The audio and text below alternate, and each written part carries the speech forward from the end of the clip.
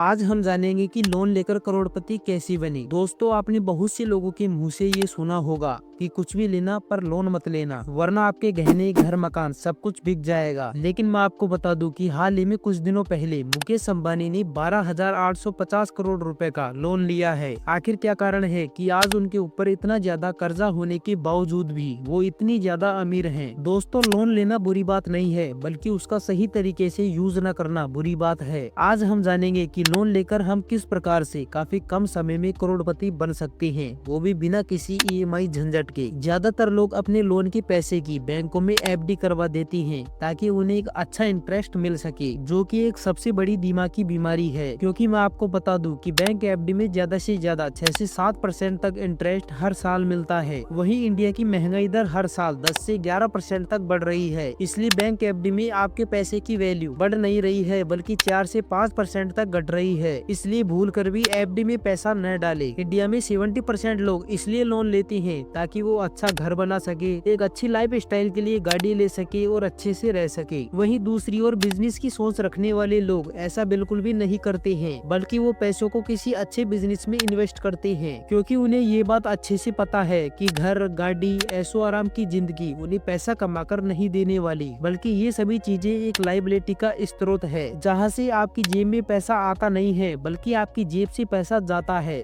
और यही है लायबिलिटी, जैसे घर का रेंट, कार का रेंट, बेफालतू के खर्चे इत्यादि। वही एसेट वो है जहाँ से आपकी जेब में पैसा आता है। अब दोस्तों, लोन लेकर आप किस प्रकार से करोड़पति बन सकते हैं, आइए जानते हैं। आप अपने लोन के पैसों को अलग अलग बिजनेस सोर्सेज में इन्वेस्ट कर सकते हैं। पहला है real estate. Real estate business में सबसे इम्पोर्टेंट चीज है लोकेशन। अगर आप एक अच्छी लोकेशन देखकर प्रॉपर्टी खरीदते हैं तो आप काफी अच्छा पैसा कमा सकते हैं। बस आपको इन 3 बातों का हमेशा ध्यान रखना है। पहली चीज है कि जो भी प्रॉपर्टी आप खरीदे, एक बार उस प्रॉपर्टी की अच्छे से जांच कर ले कि कहीं कोई प्रॉपर्टी फ्रॉड तो नहीं है, वरना आपका घाटा हो सकता है। दूसरी चीज की प्रॉपर्टी खरीदते समय एक बात का हमेशा ध्यान रखे कि जितनी ज्यादा हो सके उतनी ज्यादा सस्ती प्रॉपर्टी खरीदे। कभी भी मार्केट के भाव पर प्रॉपर्टी नहीं खरीदे, वरना आपको प्रॉफिट कमाने के लिए 8 से 9 महीने का समय लग जाएगा। आपको प्रॉपर्टी उसी व्यक्ति से खरीदनी है जिसको पैसों की सख्त जरूरत हो, तभी वो अपनी प्रॉपर्टी सस्ते में बेच पाएगा। तीसरी चीज है लोकेशन। दोस्तों, अगर आप लोकेशन को देखकर कोई भी प्रॉपर्टी खरीदते हैं तो आप मंथली 3 से 4 लाख रुपए का प्रॉफिट बड़ी आसानी से बना सकते हैं। बट इसके लिए आपको मंथली एक प्रॉपर्टी बाय टू सेल करनी होगी। इसके अलावा आप अपने लोन के पैसों का यूज रेंटेड आइटम्स खरीदने व बनाने में भी कर सकते हैं, जैसे कैमरा,